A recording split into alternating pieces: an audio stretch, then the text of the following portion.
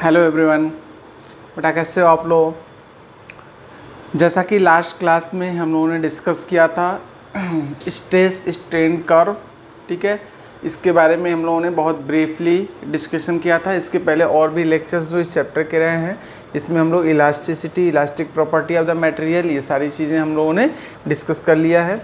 अब आज की क्लास में हम लोग डिस्कस करेंगे मॉडुलस ऑफ इलास्टिसिटी, यानी कि जिसको हम कह सकते हैं शॉर्ट में मॉडुलाई ऑफ इलास्टिसिटी, ठीक है। Moduli in the sense it is a plural form of modulus, यानी कि जैसा स्ट्रेस उसके अकॉर्डिंग स्ट्रेन, अलग अलग स्ट्रेन होता है, ठीक है, अलग अलग नेचर का स्ट्रेन। तो स्ट्रेस और स्ट्रेन के बेसिस पर हम डिसाइड करेंगे कि यानी कि जो भी स्ट्रेस है वो कैसा स्ट्रेन ला रहा है, किसी भी बॉडी के अंदर कैसा डिफॉर्मेशन ला रहा है। उस डिफॉर्मेशन के बेसिस पे हम आगे कैटेगराइज करेंगे कि उसकी इलास्टिक प्रॉपर्टी कैसी होगी, इलास्टिक बिहेवियर कैसी होगी, ठीक है। तो आइए एक एक करके डिस्कस करते हैं। सबसे पहले हम बात करेंगे इलास्टिसिटी। तो इलास्टिसिटी क्या होती है? प्रॉपर्टी ऑफ द मटेरियल होती है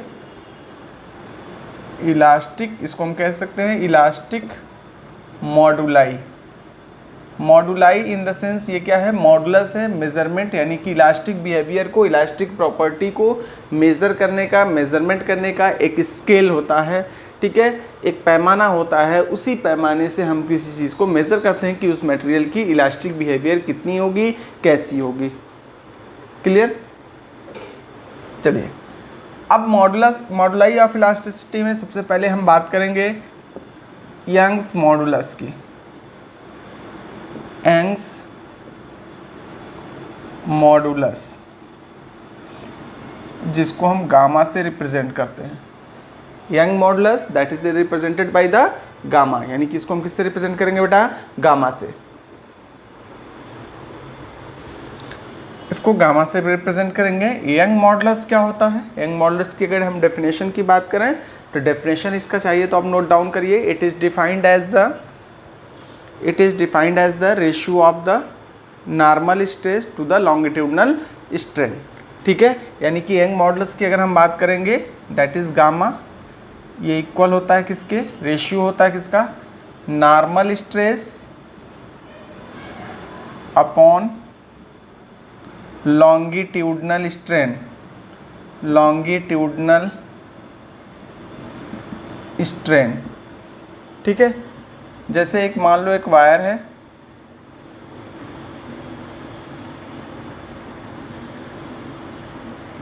ठीक है, इसके एक एंड को हमने फिक्स कर रखा है, इस पर कुछ फोर्स हमने अप्लाई किया और इस फोर्स अप्लीकेशन की वजह से इस पर एक फोर्स हमने F लगाया और इसके अंदर कुछ डिफॉर्मेशन हुआ, मतलब कि इसमें कुछ स्ट्रेचिंग हो गई, मतलब इसका लॉन्गिट्यूडनल स्ट्रेन कह सकते हो कि इसके अंदर लॉन्गिट्यूडनल एक्सपेंशन हुआ। तो अगर इसकी लेंथ कैपिटल L मान लिया जाए और इसमें जो एक्सपेंशन हुआ है उसको स्मॉल l कंसीडर कर लेते हैं, ठीक है। तो यहाँ पे यंग मॉडुलस की वैल्यू क्या हो जाएगी? नॉर्मल स्ट्रेस, अगर इसका क्रॉस सेक्शनल एरिया क्या है? A है, तो normal stress force per unit area upon longitudinal strain क्या हो जाएगा? L अपॉन L, यानी स्मॉल l, जिसको हम डेल्टा L से भी रिप्रेजेंट करते हैं। अगर इसको स्मॉल l लेते हैं तो इसको डेल्टा L कहते हैं, ठीक है। That is F into L upon A into L, ठीक है। तो यहाँ से गामा की वैल्यू आपको मिल गई क्या? F L upon A into L। अगर यही फोर्स, अभी तो हमने फोर्स का नाम नहीं दिया कि ये फोर्स किस वजह से आया, कैसे आया, लेकिन अगर यही फोर्स सपोज करो कि यहाँ पे कोई वेट लटकाने की वजह से आया, लग रहा है weight is equal to M into g. एक बॉक्स यहाँ से हमने हैंग कर दिया, ठीक है, कोई बॉक्स हमने हैंग कर दिया जिसका वेट क्या है? M इंटू जी है। तो फोर्स यहाँ पे क्या हो जाएगा? अच्छा है, इसका क्रॉस सेक्शनल, इसकी जो रेडियस है, अगर हम R ले लेते हैं, ठीक है, तो क्रॉस सेक्शनल एरिया क्या हो जाएगा? क्रॉस सेक्शनल एरिया हो जाएगा पाई R स्क्वायर और F यहाँ से M इंटू जी, क्योंकि वेट के इक्वल हो जाएगा। तो इसको हम ऐसे और भी लिख सकते हैं क्या? Gamma is equal to F के प्लेस पे mg upon pi R square into L, ऐसे भी हम इसको लिख सकते हैं। यंग मॉडुलस ये भी होगा आपका। ठीक, अब यंग मॉडुलस मिल गया। इसके बाद से अगर आपसे पूछा जाए कि स्ट्रेचिंग द वायर, यानी कि वायर को स्ट्रेच करने में कितना वर्क डन करना पड़ा, तो वर्क डन अगर आपको कैलकुलेट करना हो तो वर्क डन कैलकुलेट करने के लिए बेटा क्या करेंगे, आइए देखते हैं।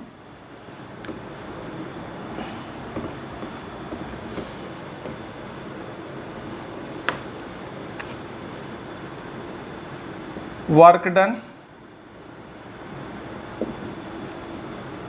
इन stretching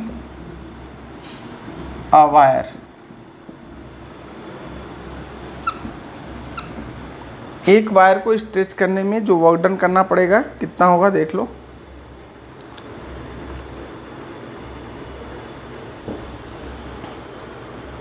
suppose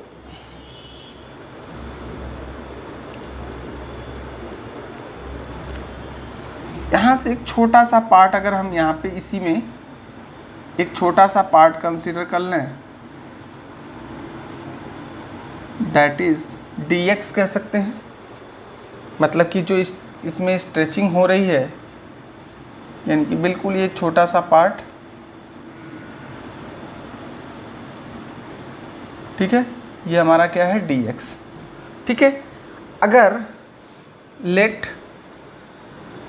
wire is stretched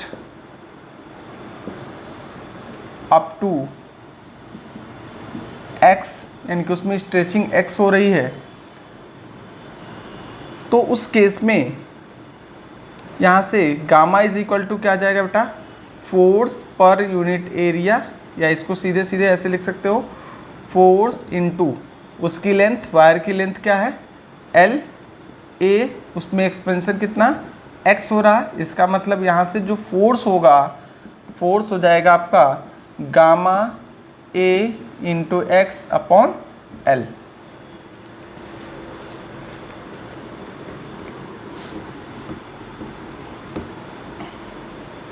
ठीक है, तो अगर मान लो इतने पार्ट को एक्सपेंड करने में कितना, यानी कि इतना स्ट्रेचिंग के लिए कितना वर्क डन करना पड़ेगा, ये हमें निकालना हो, तो वर्क इज इक्वल टू क्या आ जाएगा बेटा, work is equal to F into dx।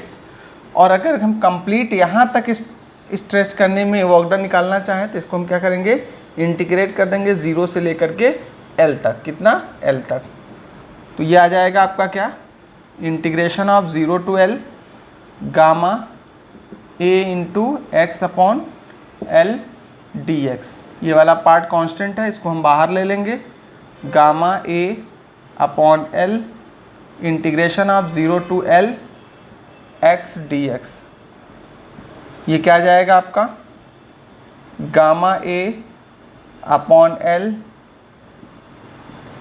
X square by 2 0 to L।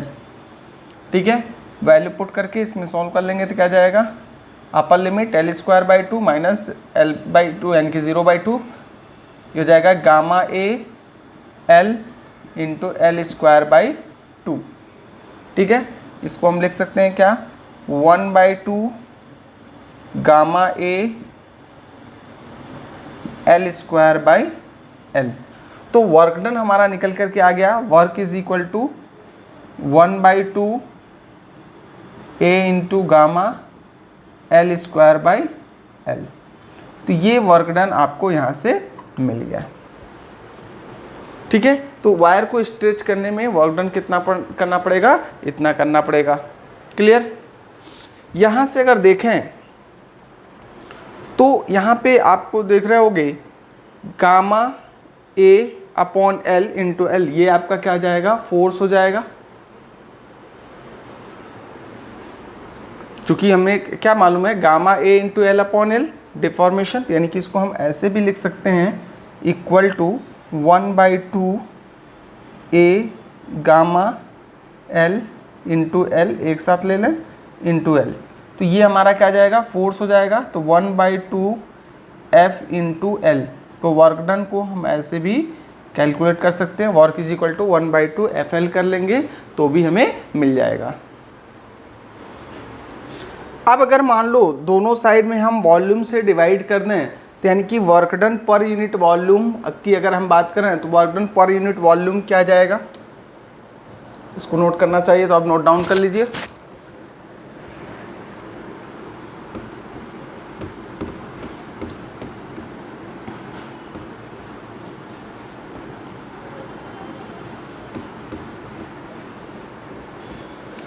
Work done पर unit volume in stretching a wire, एक वायर को स्ट्रेच करने में वर्क डन अगर आपको निकालना है पर यूनिट वॉल्यूम, तो बेटा अगर हम इस वायर का वॉल्यूम फाइंड करें तो वॉल्यूम ऑफ वायर क्या आ जाएगा, volume of wire is equal to base area that is the cross sectional area into length of the wire. तो यहाँ से वर्क डन पर यूनिट वॉल्यूम की अगर हम बात करें तो 1/2 FL upon A into L हो जाएगा। यहाँ से force per unit area that is a stress, तो इसको हम लिख सकते हैं 1/2 stress into L upon L, deformation upon original length that is strain. ठीक है, तो वर्क डन पर unit volume is equal to 1/2, इसको हम लिख सकते हैं WV। वर्क डन पर यूनिट वॉल्यूम को हम क्या लिख सकते हैं, WV, that which is equal to 1/2 stress into strain, यानी कि स्ट्रेस और स्ट्रेन के प्रोडक्ट के हाफ के इक्वल होता है वर्क डन पर यूनिट वॉल्यूम। ठीक है, इसी तरह से अगर आप स्ट्रेस को रिप्लेस करना चाहो, इसको नीचे मैं रफ कर रहा हूँ,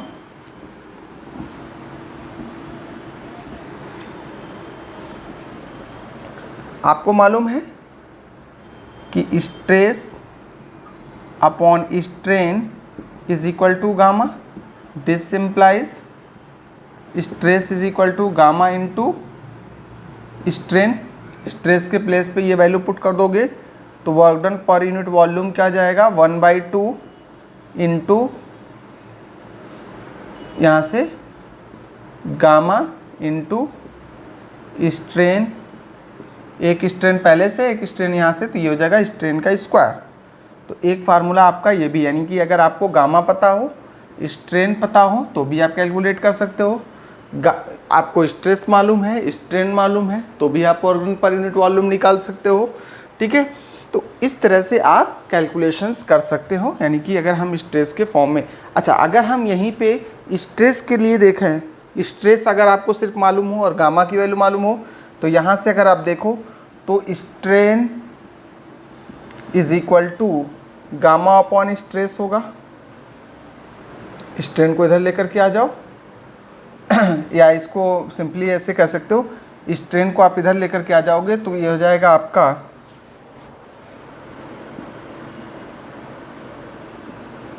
strain is equal to stress upon gamma.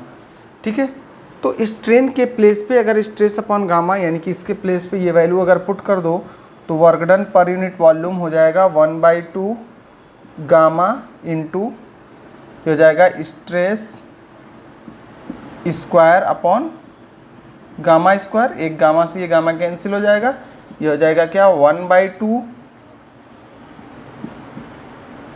Stress whole square upon gamma. तो वर्क डन पर यूनिट वॉल्यूम यहाँ से भी आप कैलकुलेट कर सकते हो। तो इस तरह से आप चाहे सिचुएशन चाहे जैसी भी दी गई हो, न्यूमेरिकल्स आप इस पे बेस्ड कर सकते हो। बस कॉन्सेप्ट आपका क्लियर होना चाहिए कि जो यंग मॉडुलस है वो क्या होता है, normal stress upon longitudinal strain होता है, चूँकि उसकी हेल्प से हम फोर्स फाइंड आउट कर लेंगे, और force into displacement work done होता है। तो इसको स्ट्रेच करने में, यानी कि उसकी कितने लेंथ को स्ट्रेच कर रहे हैं, तो उसको स्ट्रेच करने में कितना ज़्यादा वर्क डन हमें करना पड़ेगा, ठीक है, वो वर्क डन हम कैलकुलेट आउट कर सकते हैं।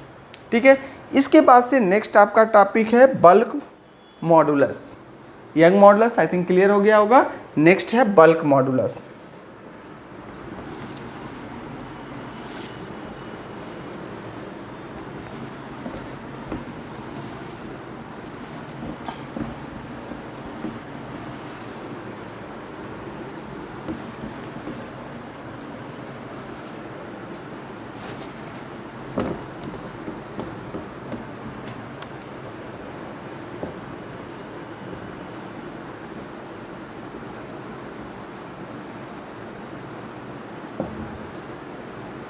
Next one is a bulk modulus.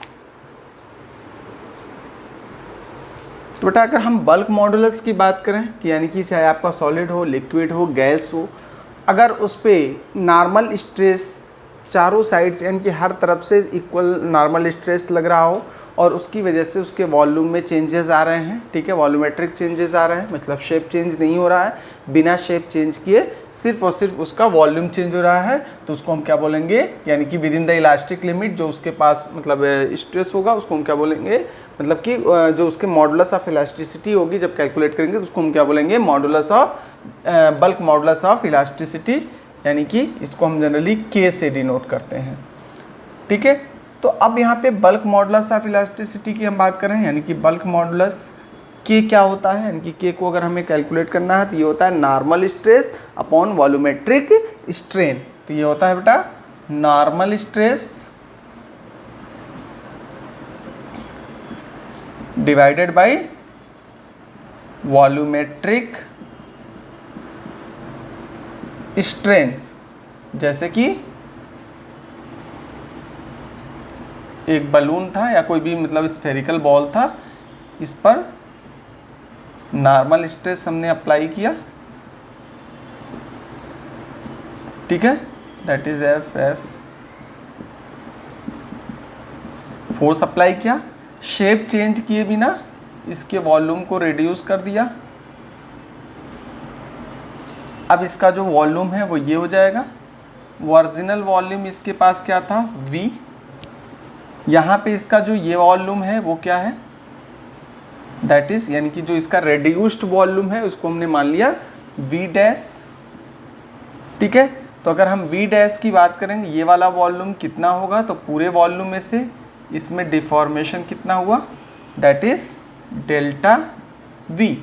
तो V डैश की अगर हम बात करेंगे तो V dash is equal to V minus delta V। Volumetric strain की अगर हम बात करें तो यहाँ पे नॉर्मल स्ट्रेस क्या आ जाएगा, फोर्स पर यूनिट एरिया, जो भी सरफेस का, इसमें कौन सा एरिया लेंगे बेटा, बल्क मॉडुलस के केस में टोटल सरफेस एरिया हम लेंगे, ठीक है, तो फोर्स पर यूनिट एरिया।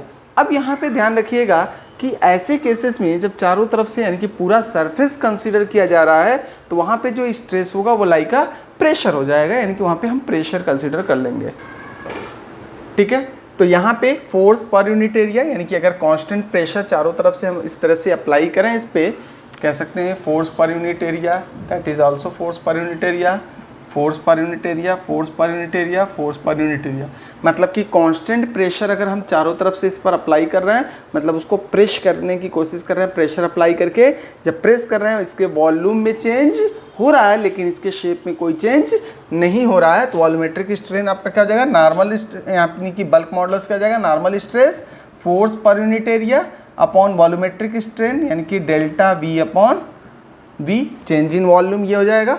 इसको हम लिख सकते हैं क्या, pressure upon delta V upon V, V को ऊपर ले जाएंगे तो क्या जाएगा बेटा, PV अपॉन डेल्टा V, यानी कि K की वैल्यू आ गई यहाँ से PV अपॉन डेल्टा V, मतलब कि pressure into volume divided by change in volume, volume में कितना चेंज हुआ यानी कि उसके कॉन्फ़िगरेशन में कितना चेंज हुआ, चूँकि वॉल्यूमेट्रिक की बात कर रहे हैं तो उसके वॉल्यूमेट्रिक कॉन्फ़िगरेशन की हम बात करेंगे, तो वॉल्यूमेट्रिक कॉन्फ़िगरेशन में कितना चेंज हुआ ये चीज़ हम कैलकुलेट कर लेंगे।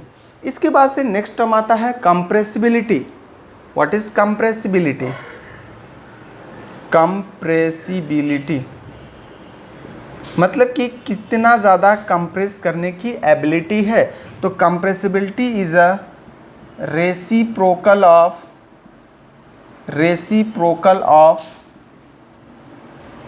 Bulk modulus. कंप्रेसिबिलिटी क्या होता है, रेसिप्रोकल होता है किसके, बल्क मॉडुलस के। यानी कि अगर हम कंप्रेसिबिलिटी की बात करें तो कंप्रेसिबिलिटी को कहीं कहीं बीटा से डिनोट किया जाता है और कहीं कहीं पर आपको सी से मान लो डिनोट किया जा रहा है, तो सी से हम यहाँ पे डिनोट कर रहे हैं, तो सी इज इक्वल टू हो जाएगा 1/k, ठीक है। तो 1/k करेंगे तो यहाँ से क्या जाएगा, 1/PV upon delta V, that will be equal to delta V upon P into V, ठीक है। इसका मतलब 1/P यहाँ से आप देख रहे होगे 1/p, तो 1/p that is the pressure का reciprocal into delta V upon V क्या जाएगा, वॉल्यूमेट्रिक स्ट्रेन हो जाएगा। क्लियर। नेक्स्ट है बेटा शियर स्ट्रेस, या फिर हम कह सकते हैं मॉडुलस ऑफ रिजिडिटी। थर्ड आपका मॉडुलस किस टाइप का है, that is a modulus of rigidity. Rigidity का मतलब क्या होता है बेटा, मॉडुलस ऑफ रिजिडिटी।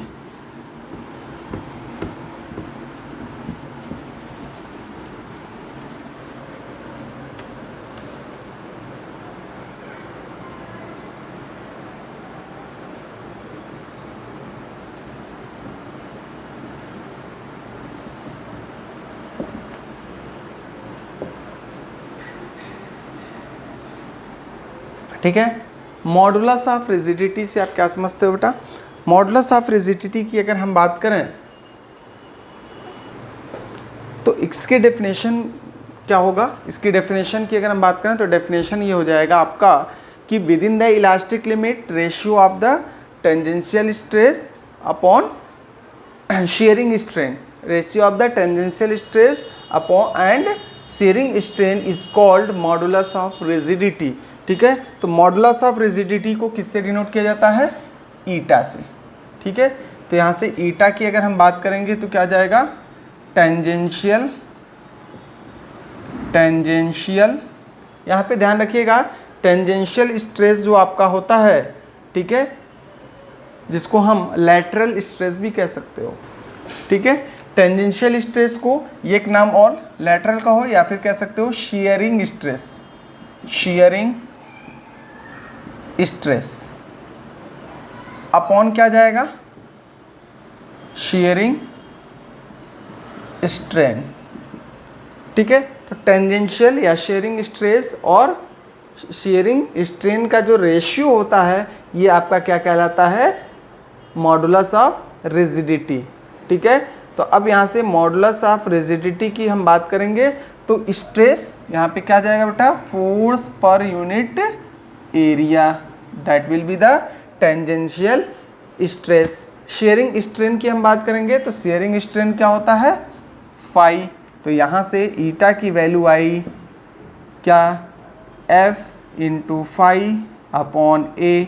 अब फाई के लिए हमने कैलकुलेशन किया था जब हम लोग शेयरिंग स्ट्रेन के बारे में पढ़े थे, तो फाई क्या होता था, phi is equal to X by L आता था। तो यहाँ पे लिख सकते हैं F into X upon A into L, ये लिख सकते हैं बेटा।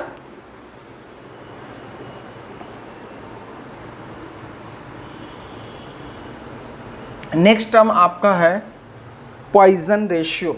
ठीक है, इसको रफ करते हैं।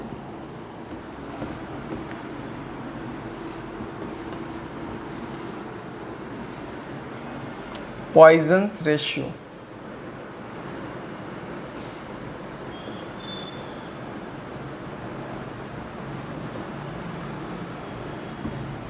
पॉइजन्स रेशियो,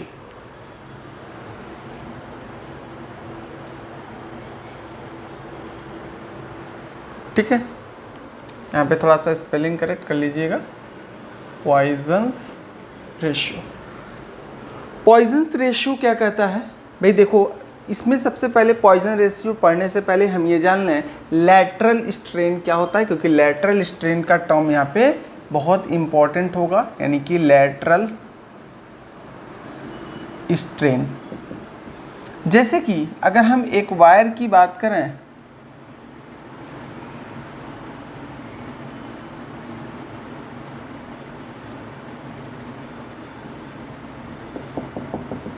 इसको मान लो हैंग कर दिया, एक साइड से फिक्स कर दिया, इस पर फोर्स हमने अप्लाई किया,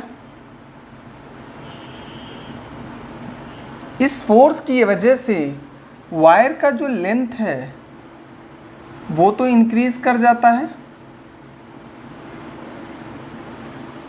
वायर का जो लेंथ है वो तो इंक्रीज कर जाता है, लेकिन इसकी जो रेडियस होती है वो डिक्रीज हो जाती है। यानी कि अगर इनिशियल रेडियस यहाँ पे इसकी आर थी और ये इसकी रेडियस हो गई क्या, स्मॉल आर। ठीक है, तो इसके रेडियस में क्या हुआ, कुछ डिक्रीमेंट हुआ कि नहीं हुआ। भाई जाहिर सी बात है, वायर को स्ट्रेच करेंगे तो स्ट्रेच करने की वजह लेंथ तो बढ़ रही है, यानी कि यहाँ से अगर इसकी एक्चुअल लेंथ L थी और अब इसके लेंथ की हम बात करें तो क्या जाएगा, L बढ़ गई है, मतलब कि ये कंप्लीट लेंथ इसका हो गया L प्लस L, ये इसकी लेंथ हो गई। उसी तरह से रेडियस की अगर हम बात करें तो पहले इसकी जो रेडियस थी वो ये थी, दैट इज़ R। ठीक है, अब इसकी जो रेडियस है वो क्या हो गई, स्मॉल r, या फिर इसको हाँ स्मॉल r ही लिख लो। ठीक है, तो अब इसमें इंक्रीमेंट कितना हुआ या डिक्रीमेंट, यहाँ पे बेसिकली क्या हुआ है, डिक्रीमेंट हुआ, that is r minus r की अगर हम बात करें that is delta minus delta r। ठीक है, इसको हम लिख सकते हैं डेल्टा r, मतलब चेंज इन रेडियस, रेडियस में जो चेंज हुआ है माइनस डेल्टा r। या इसको चाहो तो इनिशियल है तो इसको कैपिटल भी लिख सकते हो, इसमें कोई बुराई नहीं है, माइनस डेल्टा r भी लिख सकते हो। तो यहाँ पे लैटरल स्ट्रेन की बात करेंगे तो लैटरल स्ट्रेन आपका क्या आ जाएगा, minus delta r upon r, मतलब कि change in radius of the wire divided by the original radius of the wire. इसका जो रेशियो होता है इसको बोलते हैं लैटरल। कहने का मतलब यहाँ पे देखोगे तो इसकी लेंथ में क्या हुआ, इंक्रीमेंट हुआ, लेकिन इसकी रेडियस में क्या हो गया, डिक्रीमेंट हुआ। आई बात समझ में, यानी कि जो इसकी नई रेडियस आई वो क्या हो गई, r माइनस डेल्टा r के इक्वल हो रही है। तो इसका मतलब यहाँ पे निगेटिव साइन जस्ट सिर्फ ये इंडिकेट करने के लिए होता है कि इसमें डिक्रीमेंट हो रहा है। क्या हो रहा है, डिक्रीमेंट हो रहा है। ठीक है, अब पॉइजन रेशियो क्या होता है, पॉइजन रेशियो जो आपका होता है by definition lateral strain upon longitudinal strain, यानी कि दो स्ट्रेन का रेशियो होता है। यानी कि पॉइजन रेशियो की अगर हम बात करेंगे, पॉइजन्स रेशियो, तो पॉइजन रेशियो क्या होता है बेटा, लैटरल स्ट्रेन डिवाइडेड बाय, ये रेशियो होगा किसका, दो टाइप के, दो सेम टाइप के मतलब स्ट्रेन के। यानी कि कौन कौन सा, एक आपका लैटरल स्ट्रेन हो गया, दूसरा कौन सा, लॉन्गिट्यूडनल स्ट्रेन, लॉन्गिट्यूडनल